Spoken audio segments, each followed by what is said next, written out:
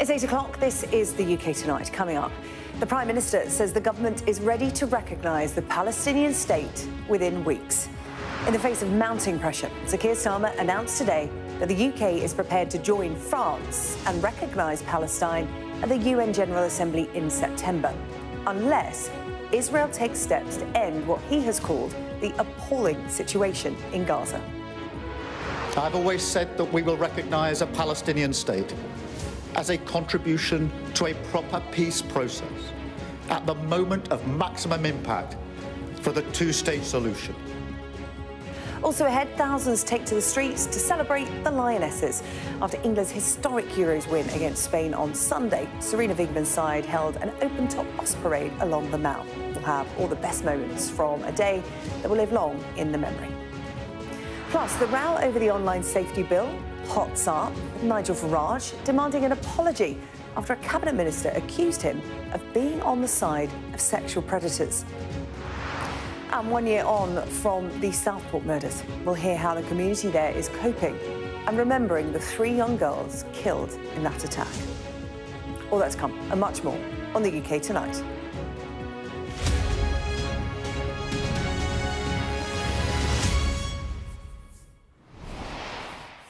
Sir Keir Starmer says the UK will recognise the state of Palestine unless Israel takes what he has called substantive steps to end the appalling situation in Gaza. After weeks of mounting pressure, the Prime Minister recalled his cabinet today to confirm this decision before announcing it in a Downing Street statement. Israel's foreign ministry has rejected the plan, saying it constitutes a reward for Hamas. It comes on the day food security experts, backed by the UN, warned the worst-case scenario of famine is currently playing out in Gaza. Our goal remains a safe and secure Israel alongside a viable and sovereign Palestinian state. But right now, that goal is under pressure like never before. I've always said that we will recognise a Palestinian state as a contribution to a proper peace process at the moment of maximum impact for the two-state solution. With that solution now under threat, this is the moment to act. So today, as part of this process towards peace, I can confirm the UK will recognise the state of Palestine by the United Nations General Assembly in September, unless the Israeli government takes substantive steps to end the appalling situation in Gaza, agree to a ceasefire, and commit to a long-term sustainable peace, reviving the prospect of a two-state solution. And this includes allowing the UN to restart the supply of aid and making clear that there will be no annexations in the West Bank. Meanwhile, our message to the terrorists of Hamas is unchanged and unequivocal. They must immediately release all of the hostages, sign up to a ceasefire, disarm, and accept that they will play no part in the government of Gaza. And we'll make an assessment in September on how far the parties have met these steps. But no one should have a veto over our decision.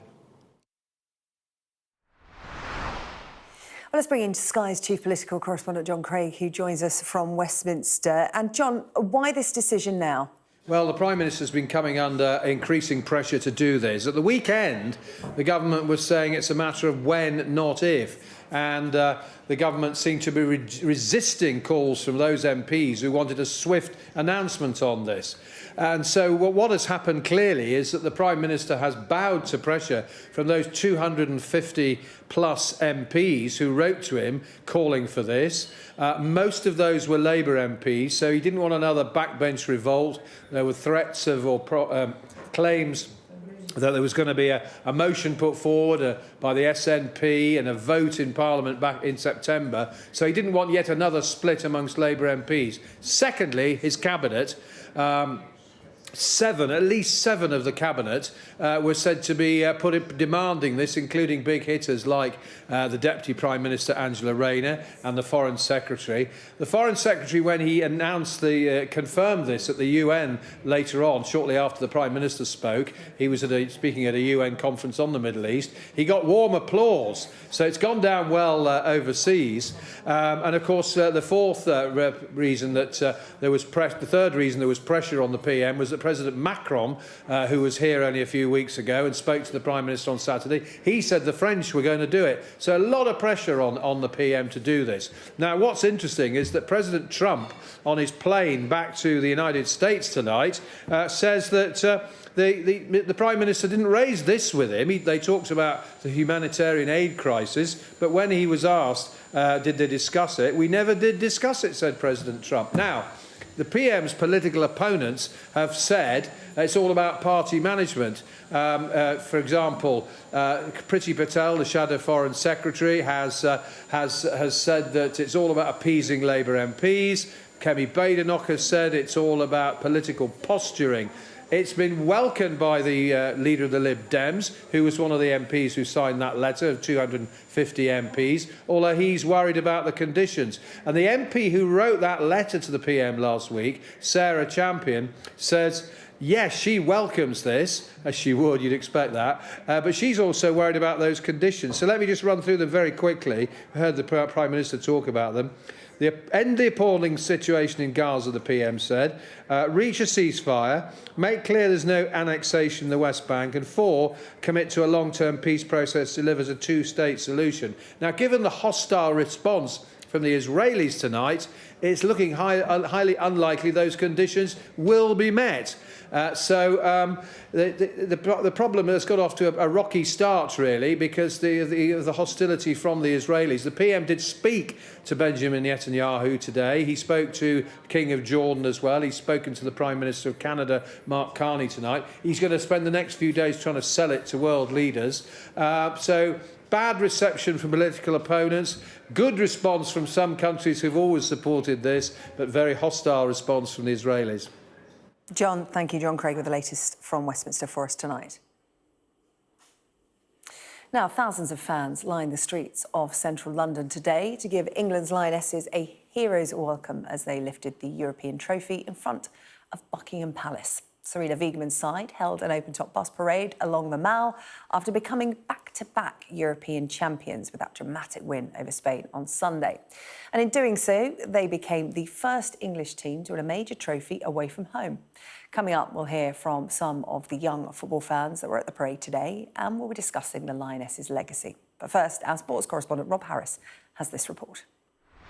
If they hadn't grasped the scale of their success, now surely they did. They'd really done it. Bringing the trophy home to stay home. New icons for the nation. And this is who the Lionesses did it for. The fans who inspired them through all the moments of agony and adversity at the Euros. Champions again, ole, ole. Defending the title even harder to win it than the first time. But they did. And everything is bigger this time. Only the Mall fitting for football royalty. This homecoming really cements the legendary status of these Lionesses. And for the Queens of the comeback, it just had to be a party at the Palace. The tension of the tournament released. I've been crying all the way down the Mall. 2022 was a fairy tale, but this feels really hard-earned. Whenever I'm broken. Burner Boy bringing out a new side of Sarina Wiegman. They didn't keep their promise to finish things quicker. They just showed up when it was really necessary and urgent.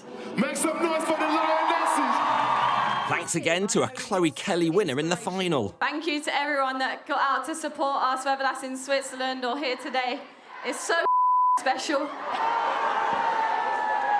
We are live, so I will apologise for that language right there. Forgiven for anything. The young player of the tournament, Michelle. Would any of us even be here without the 19-year-old's dramatic late quarter-final and semi-final equalisers? Doesn't even seem real seeing people down there. Like, it seems fake, but it's crazy to see what we've done and be here today. So many times in Switzerland when they came close to early elimination, it was hard to ever imagine this. Never before have England footballers, men or women, had a day like this. I want them to hear how proud we are of them all. They've made history. They've made history. They've brought it home again. Players will never want this party to end. I feel myself getting quite emotional, seeing how much joy we've brought to the nation, the amount of people that have come out, the adrenaline, the energy that was brought was insane. Scenes once unimaginable when their manager, now a triple European champion, was starting out in football. Congratulations. Thank you. Thank you. You can't dream this because it was totally impossible in an earlier life, I would say. And then you're here and you're Buckingham Palace and you're on a bus open and everyone's waving and then you have that party. It's just, I'll never, ever, ever forget this in my life. Just like the Euros thrillers, this party went into extra time. And the Lionesses want momentum beyond the medals. Not just inspiring future Lionesses, ensuring equal access to football. A lasting legacy to honour the greatest England football team ever. Well, absolutely brilliant scenes today. Obviously, Rob was there, but I was lucky enough to be there today as well, as part of our coverage here on Sky News this afternoon. It really was such a joyous occasion. And Rob, we were just discussing there during your report, there was no victory parade in '66 for England's World Cup win. So, you know, it just makes this even more remarkable, doesn't it? Yeah, the other thing we've really seen similar when England men won the Rugby Union World Cup in 2003, but this is on, you know, what a scale this today. It really England Ashes as well. We saw the men's for that. But, you know, this is something different. Yeah, this is huge because also it's transformational. This will really help to grow the WSL. That's certainly the hope. We saw the big lift after they won the first time in 2022. And just think of us, how many of these players are now household names? How many youngsters, both boys and girls, are now inspired by so many of the players, and it's how they won the tournament as well. Yeah. I wonder how different we'd look at it if they just swept through. Be a lot less stressful for everyone, but it's now part of the narrative just how dramatic it was. 65,000 people turned out in central London today is the FA's estimate, which is incredible. And I've seen loads of memes going around on the internet already after the parade saying, no one's interested, eh? And just showing the crowds there on the Mall. And just look at the Lionesses on the top of that bus. They were so excited. And Sarina Wiegman, their manager as well, she's cool, calm and collected, isn't she? She doesn't really sort of overly celebrate. She takes everything in her stride. We saw some celebrations after that final win, but she did get excited at a particular point today, didn't she? She did. You know, even interviewing her last Friday ahead of the final, very cautious, not wanting to get involved in the drama or hype. But then today, we saw a completely different side of her on stage, never knowing that her favourite artist was Burna Boy. And I fortunately got to speak to both of them afterwards about this collab that was most unusual. If Burna Boy comes, then of course, well, I was very flabbergasted, but I thought I'm going to take my moment with him, so let's have a little dance with him. And Sarina, the fact you got her dancing, that was like incredible. That's going to be an iconic image. Yeah, she's amazing, man. Hopefully I get to party with them after this, you get me? Especially Sarina. Yeah. It's interesting, isn't it? Because the Lionesses were all teasing their manager that they couldn't get her to dance throughout the entire tournament, get Burna Boy on stage there at the victory parade, and off she went. You couldn't stop her. But just in terms of the Lionesses going into this tournament, Rob, you know, they were the reigning champions, but in terms of them retaining it, becoming back-to-back European champions, you know, not many people thought they could do it. No, particularly with Spain, the number one ranked team in the world, as was at Sydney 2 years ago when they outclassed England over, even though it was only a 1-0 victory. And then, of course, losing in the opening game to France. And then, even when they got through the knockout phase, playing Sweden at 1.2-0 down. And at that point, our data and forensics team has been looking at, if you could have got odds of 100 to 1 for England to be emerging as European champions. So if you'd put £1 on then, you'd win £100. And, of course, that'd be a good bet if you had it, because Chloe Kelly got the winner on Sunday, of course. Only bet if it's fun. Yeah, imagine if you'd have a bit more faith in them and put on more than £1. I'd be interested to hear from you, actually, at Sky Sarah-Jane, if you did that. That's pretty incredible. Rob, thank you. Rounding off a fantastic day, that England parade. Some much-needed joy Quite a month for as well. the nation. Yeah. Well, let's now speak to Damon Lathrope, a former Watford women head coach. He actually coached the England striker Michelle Agerman, who was named Young Player of the tournament. Really good to see you this evening. Thank you so much for joining us. You must be feeling incredibly proud because, you know, it was only 4 years ago Michelle Agerman was a ball girl at Wembley, and here she is winning the European Championships. Yeah, it's an amazing story for Michelle, and she's going to inspire the next generation of young girls to aspire to be what she's done. Again, it's really proud moment for myself and everyone associated to the women's game. She's done an unbelievable thing in not only winning the Euros, but picking up the Young Player of the Tournament as well. And I'm sure I speak for everyone that knows me. We're over the moon for her. Yeah, Damon, what was she like as, I was going to say a young player. She's still only 19. She looks like she's been playing international football for decades, and she's so self-assured and calm in her demeanour, very confident. You know, she looks far older than her years from her composure. What was she like, you know, coming up through the ranks in the game? Yeah, I think it was obvious to see from really early days that she had the ability. And she was a exceptionally hard worker. But the most outstanding thing that struck you about Michelle was the way she was as a person. She's so humble, treats everyone with respect, and has been brought up the right way by her parents. And like I say, for all her footballing ability, I think the thing that shines through about Michelle is what she's like as a person. Yeah, Damon, one of the words that I keep hearing a lot, as well as inspirational, is resilience. The resilience of this team, not just in their journey through the tournament and, you know, what they've had to go through to win, but what it takes as a female football player, as a young girl starting out wanting to play football. And I'd be really interested to get your perspective as a male coach of young women. You know, I know you're back involved with the men's game now, but I've spoken to so many former Lionesses and the current Lionesses themselves today, talking about the struggles they had, you know, trying to find a team, trying to find other teams to play, and the attitudes towards them wanting to get involved in the game. What's it like as a male coach, trying to encourage those girls to stay in the game? Yeah, I think it's really inspiring, and hearing firsthand their stories and their struggles to get to where they are now. I think that's what drives them to try and make the pathway and the opportunities that little bit easier for the next generation that are coming through.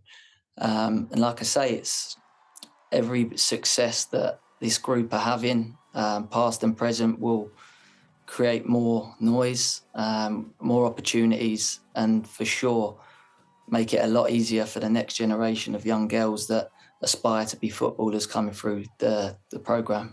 Yeah, and Damon, with the success of the Lionesses, it translates pretty quickly at grassroots level, doesn't it? We know since the last tournament 4 years ago how, you know, participation in girls' football teams has almost doubled at grassroots levels, at weekend teams. What do you expect to happen after this?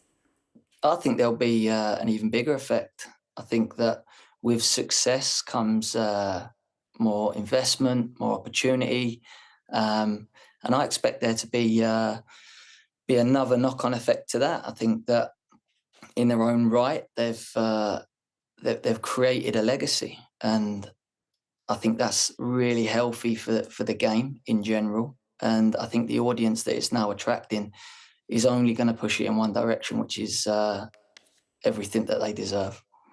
Well, Damon, thank you so much for coming on to talk to us as a former coach of Michelle Agerman, a name that not many people knew before this tournament, but now everybody knows who she is. Just quickly, have you sent her a message of congratulations? Yeah, I have. I didn't want to badger her because I knew she had a job to do, but I've been communicating with her throughout the tournament. And in true Mish style, I think it was an hour and a half after the semi-final, she's responding, which tells you everything you need to know about her. But yeah, I think we're all over the moon for her, and I think this is just the start for Michelle. Yeah, she sounds like a wonderful person, having never met her in person, but having watched her interviews, she's got her feet firmly on the ground, hasn't she? Damon Lathrop, thank you very much for joining us here on the UK Tonight. Thank you. Well, the Lionesses' back-to-back Euro success is helping to inspire the next generation of young footballers, including some of those who are at the parade today. Among the thousands celebrating outside Buckingham Palace was 8-year-old Eleanor. She went to the England-Italy semi-final in Geneva last week, and she's hoping to one day follow in the footsteps of these Lionesses. Now, we're lucky that Eleanor took some videos of her day at the parade today. We can take a look. I'm really excited for the parade today, and I'm been making a banner, and I'm going to put some face paint on. It's going to be so much fun. I'm so excited, it's getting closer and I need to have face paint.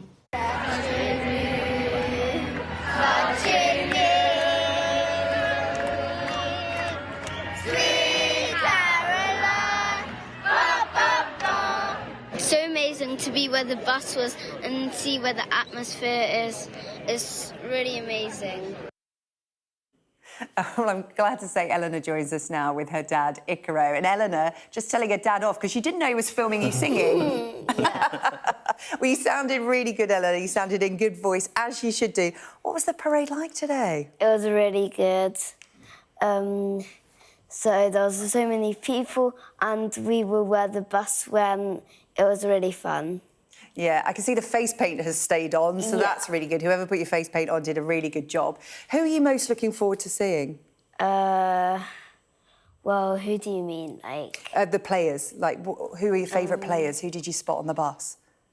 Lauren James is one of my favourite, but I didn't spot her on the bus, sadly. Yeah. Chloe Kelly, as she scored the winning penalty. Yeah, she was right at the front of the bus, wasn't she? Yeah, she was really good. And you said Russo and me said hi to you, didn't they? Yeah, they were waving to me. Yeah, oh, fantastic. I mean, Icaro, you must be a very proud dad. We were discussing with quite a few guests on our afternoon coverage today of the parade, former Lionesses, saying, you know, a lot of dads, back when they were playing, didn't want their little girls to get into football because it was a really difficult path. And now dads are disappointed if their little girls don't want to play football. Talk to me about Eleanor's path into the game. Yeah, I mean, Eleanor has always had a great attitude towards most things. And partly as a dad, I kind of, having played football myself, as you know, socially, kind of always found it a great tool to make friends and to decompress and so on. And kind of I thought, you know, wouldn't it be great if she has also similar tools? I mean, not just football, but any other sport. And, you know, when she was young, she definitely was happy to take part. And then over time, I guess I realized that it wasn't a matter of just of taking part, but also seeing some people that you can identify with playing it. And she actually, as a 3.5-year-old, told me once when she was looking at the little screen of the men's Euros, she asked me, like, well, you know, why are there no women on the screen playing football? Where are the girls? Where are the girls? And it was like a really eye-opening moment. And ever since, I guess I took a more proactive role in just making sure that, you know, clearly both, you know, I was seeking the role models, and the role models were appearing, you know, literally the year after winning the Euros. And so her journey is one of the kind of demand and supply, if you want, like, you know, like she has been seeking it and I have been also providing it. And she has by now, I mean, she has great attitude, great skills. I mean, yeah. Well, Eleanor, I did notice in your videos that your day started, a very busy day at the parade and being on here late at night on Sky News, started with doing some dribbling skills around some cones. So you obviously don't miss a day's practice. How much do you love the game? Well, I play 2 times a week, 3 including my game on Sundays, and they're all after each other, which is a lot.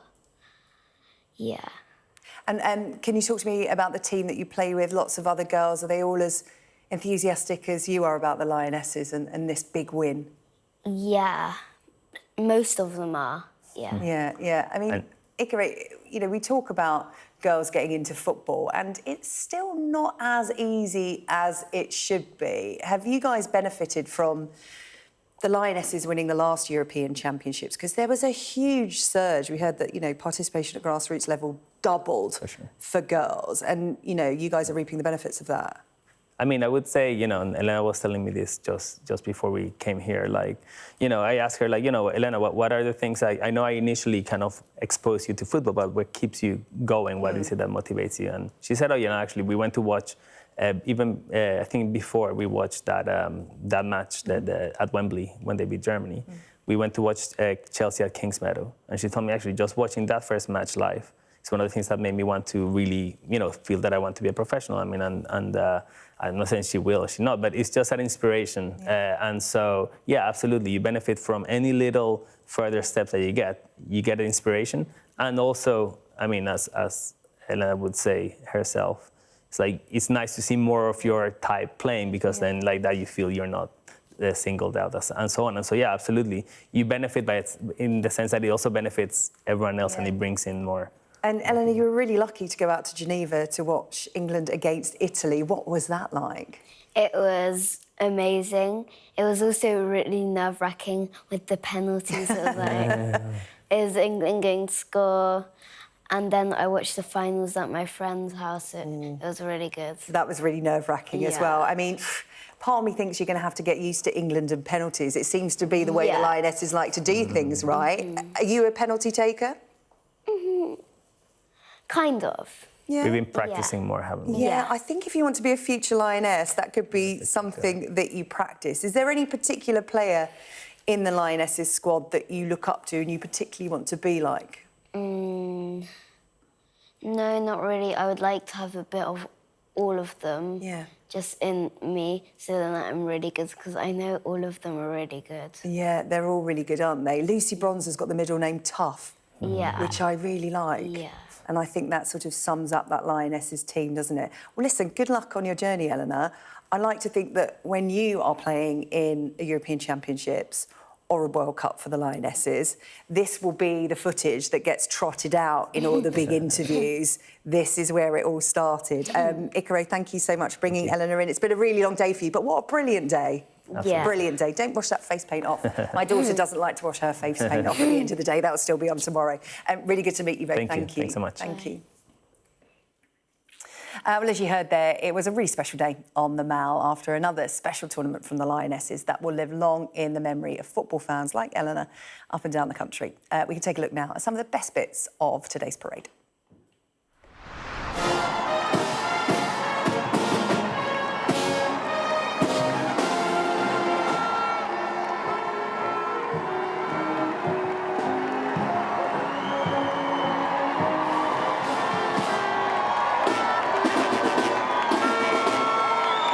Pressure? What pressure? This moment's unbelievable. Obviously, we did it 3 years ago, but to do it again and to come back to this is just incredible. How was the party compared to last time? Don't remember. My daughter's 12 and she plays football and she looks up at these women and she's going to be one of them one day. That's what she aspires to be. So they're just icons, you know, and it's just been amazing to see, you know, women football players become like household names. It's not been an easy path. They've had to dig really deep. And so for me, I like that. I like that mentality of even being one down, it's never over. Please give it up, everybody, for Serena's favourite artist. Burna Boy is coming to the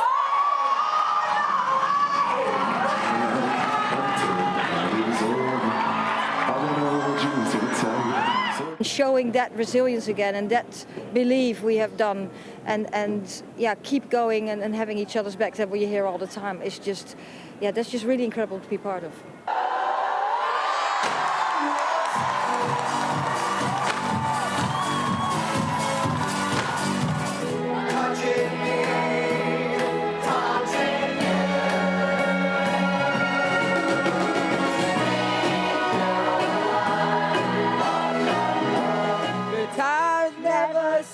So good, so good, so good, so good.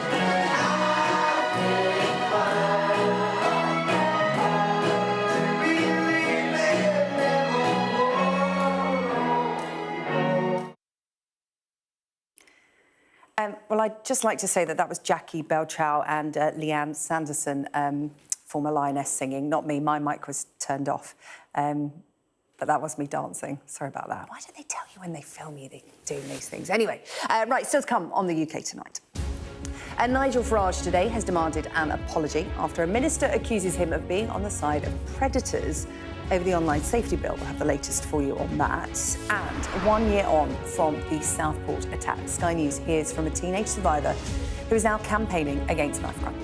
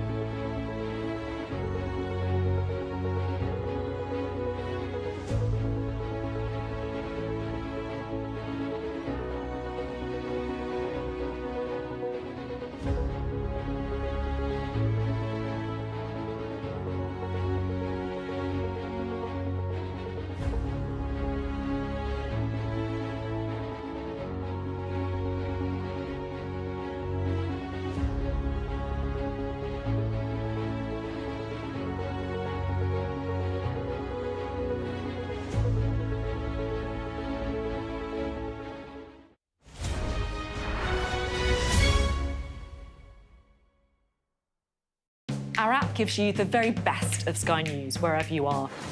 Breaking news, videos and analysis. Evidence of the crisis. Podcasts, watching us live. Live here from Washington. Wherever you get your podcast. All in one place. And all at just the touch of a screen. The Sky News app. Get the full story first.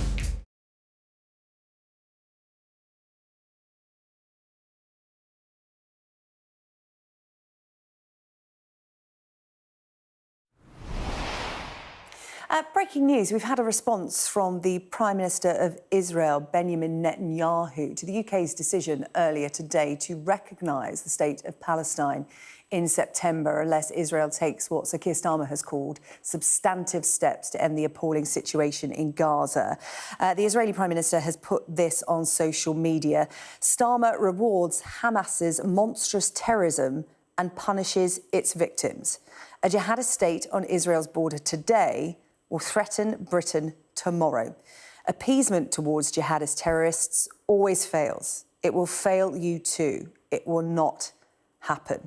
That the response there from the Prime Minister of Israel to the UK's decision to recognise Palestine as a state in September, unless Israel takes what the Prime Minister has called, the Prime Minister of the UK, substantive steps to end the appalling situation in Gaza. More on that coming up in the world at 9 o'clock with Yalda Hakim. Nigel Farage has demanded an apology from Cabinet Minister Peter Kyle, who said his opposition to online safety laws meant the Reform UK leader was on the side of predators like Jimmy Savile. In response, Mr Farage today called the comments absolutely disgusting. Reform says it would scrap this new law, arguing it doesn't protect children and suppresses free speech. Sky's political correspondent Rob Powell has more. How to keep children safe online. A question of policy, but one of politics too. After Reform UK leader Nigel Farage said he would repeal new online safety rules because of concerns about free speech. This cabinet minister hitting back on Sky News with this extraordinary accusation.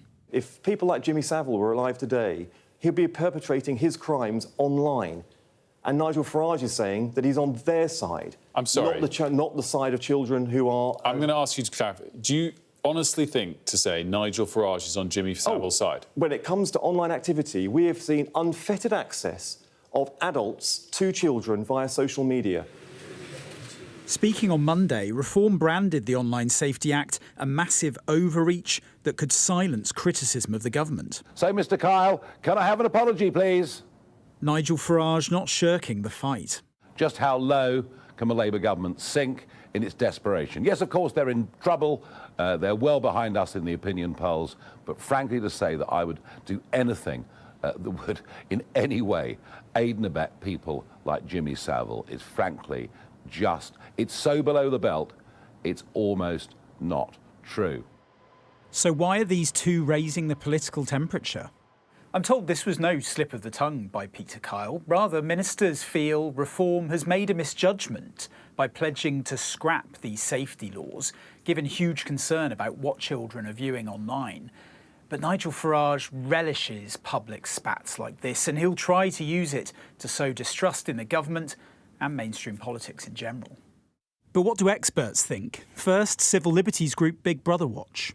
The main concerns at the moment are that it is limiting adult access to legal content, but that it's also putting children at risk by providing incentives for them to seek VPNs and anonymous browsers while seeking a lot of information and content that we might find distasteful and oftentimes harmful, but that actually can be helpful in the right kinds of context. But children's groups say it's a price worth paying.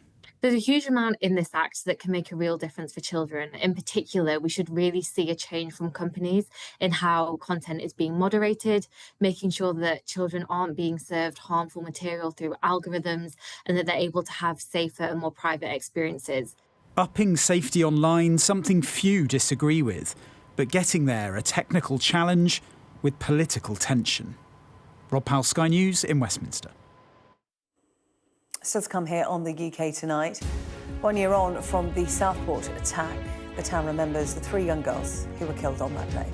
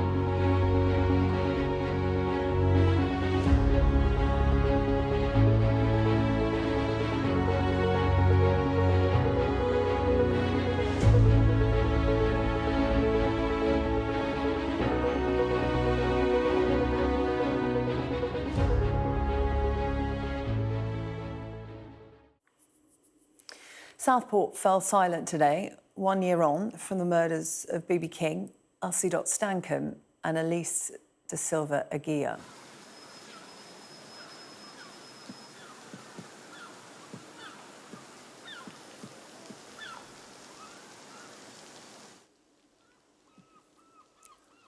The young girls were killed by Axel Rudiker Barnett, who attacked children and teachers at a Taylor Swift-themed dance class. No formal events were organised to mark the occasion, but hundreds of people came together in the centre of the town at 3 o'clock this afternoon to observe a 3-minute silence. Well, we can speak now to Simon Percy, pastor of Grace Baptist Church in Southport. Pastor, thank you so much for joining us on the programme this evening. 1 year on from that dreadful attack, how have you been reflecting on this today? Hi, Sarah-Jane. Very good to be able to speak to you again. I just bring you greetings from the churches here in Southport. Yes, it's a mixed feeling today.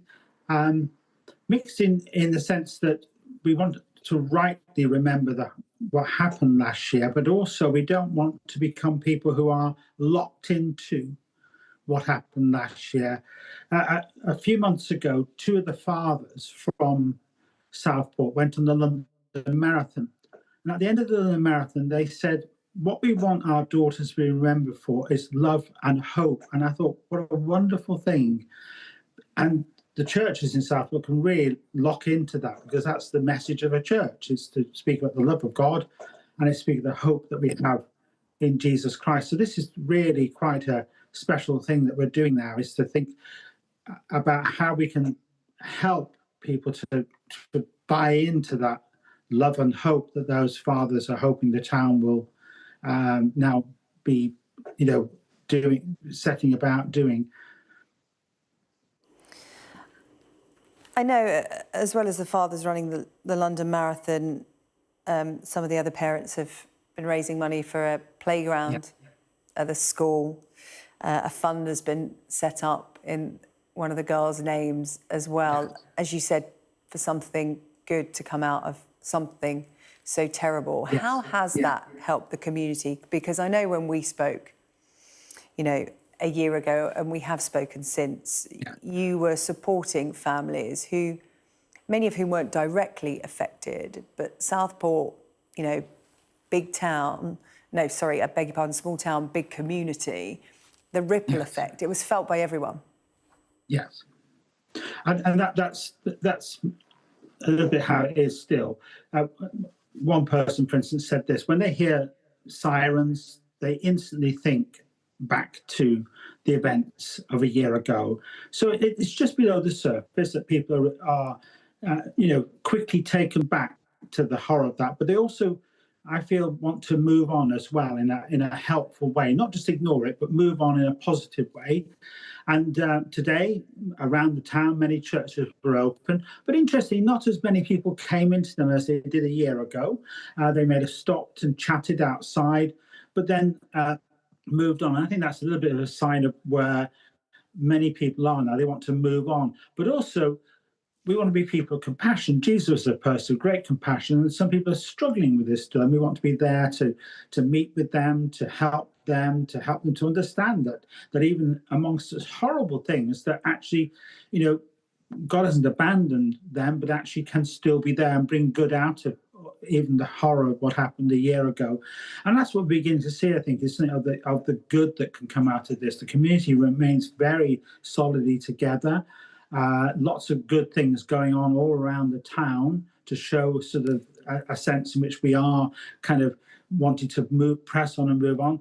And God has blessed us since March in a seaside town, which is very important, with pretty good weather.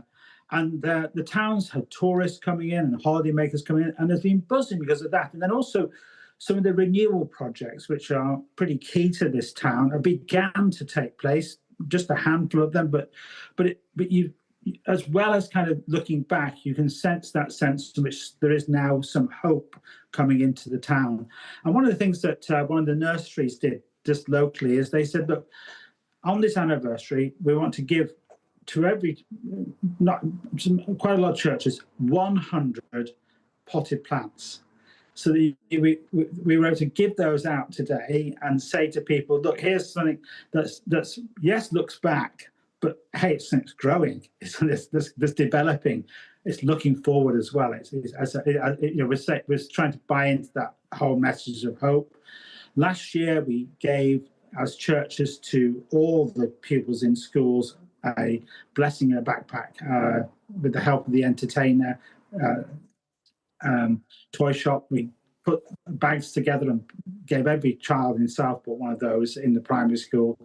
And we are hoping that this September we'll be able to give everyone who's starting primary school in receptions, or perhaps coming at a later stage, one of those packs as well. So we're trying very much to sort of say, yes, this is something that's happened. We don't want to forget that, but we also want to go with that Father's wish that we look forward to the future as well. And I think as Christians, we can, hope, encourage people to look to Jesus and to say, look, he has a message of hope. I'll tell you one of the interesting things that's happened over the last 6 months. It's been happening not just in Southport, but people have been coming into churches, just people who perhaps never been to church for a long, long time, just suddenly turning up at church with questions, wondering what. And I think one of the things is events like this also make people reflect. What is life all about? Is it just about getting more stuff? Is it just about getting, a bigger house and all those sort of things? I think a lot of people have actually begun to reflect upon that, and they're just coming in and they're asking, well, what is the message of Jesus Christ? What does he have to offer? And that's been exciting to do that with people. Yeah, very exciting. Not huge numbers, but we praise God for some of them. Yeah. Well, Pastor, it's really good to talk to you again. And, the families of the 3 girls very much want the girls to be remembered for very much so. The joy and the positivity they brought to the world rather than what happened on that day. And that's something that the community has taken and are moving forward with. That's Simon Percy there, pastor of Grace Baptist Church in Southport. Good to speak again. Thank you so much. Still to come on the programme, the finger wagging that started ahead of Thursday's crucial test at the Oval. I'll tell you what it's all about. And we'll also hear from the British team hoping to head to the litter-picking World Cup.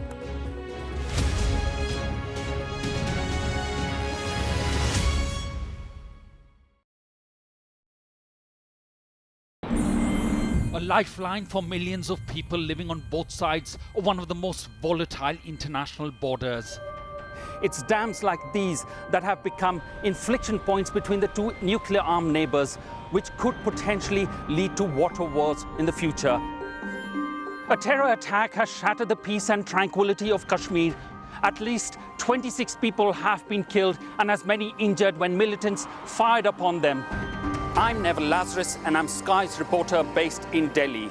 The old and young, all weary after being trapped for days as the worst floods have hit Kerala in a century. 3 days we are on a rooftop. They have no food, nothing. The roads have been inundated. The only way out is to get people by boat. There have been reported deaths and many injuries, several critical. Many families will grapple with the unimaginable loss of one of the worst disasters in India's aviation history. The spiraling violence between 2 nuclear-armed neighbors that harbor decades of hostility just seems to be getting worse by the day. Garbage dumps like this not only threaten the lives of millions of people, but also pose a deadly consequence on the environment and climate. It is a source of death, decay, disease and pollution for hundreds of thousands of people living in its shadows. There is so much disease because of this garbage. Sometimes it's so difficult to just breathe.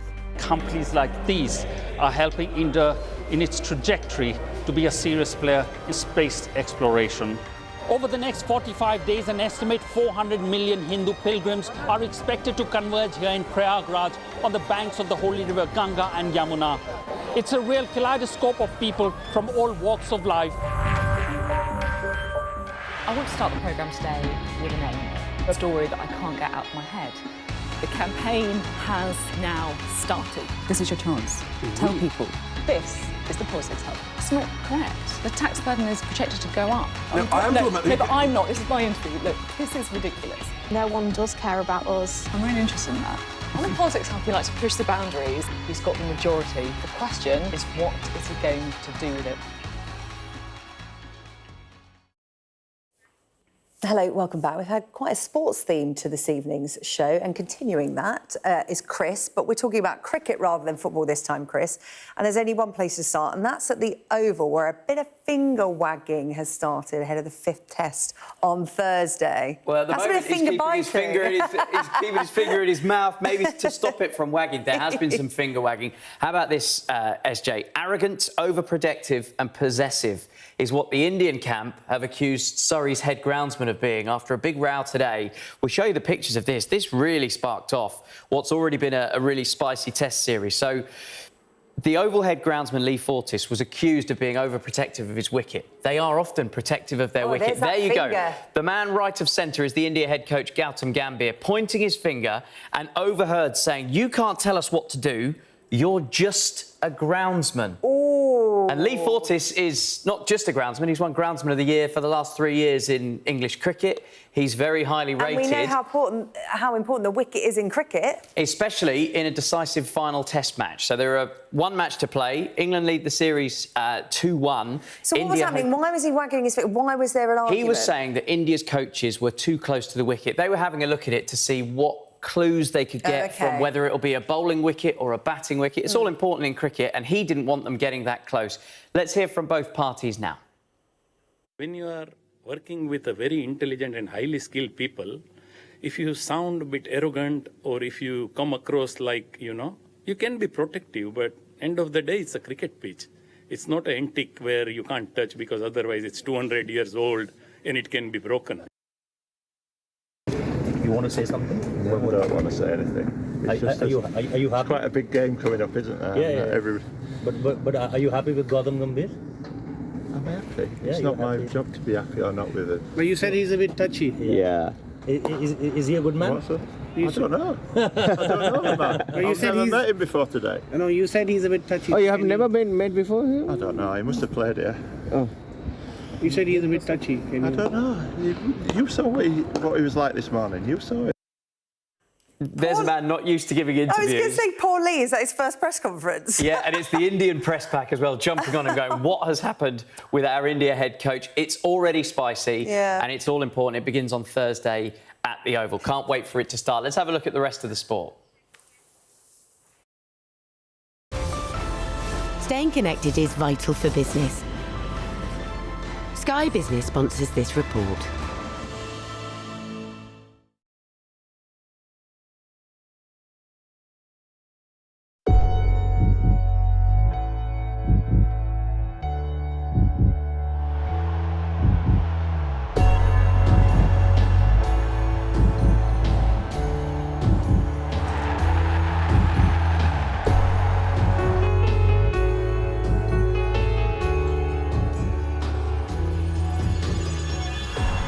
You got more chance of winning the lottery than making it as a professional footballer.